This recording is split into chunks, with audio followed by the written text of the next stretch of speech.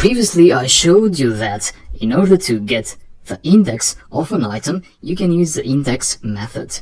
Now, how can we do the reverse? How can we get an item given its index?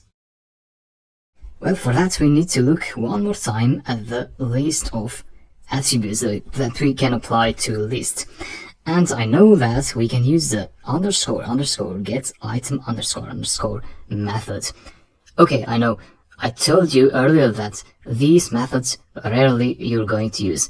And in fact, we don't need this method for what I'm going to do now. But let me explain why in just a bit. You'll understand. And this is a very secret of Python.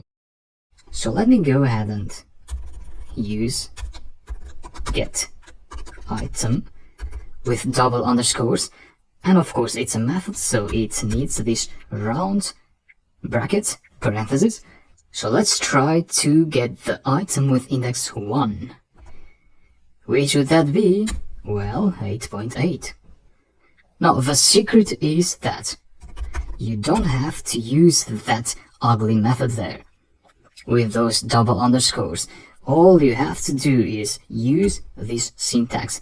So call the variable name like that, and then add open and closing square brackets, and then inside them just enter the index, and that will give you the value, the item for that index again. Even though you're doing this, Python on the background actually is calling this method and is passing this item, this value, as an input for that method. So this is actually what's going on the background, but Python lets you do it in a better fashion, like this in here.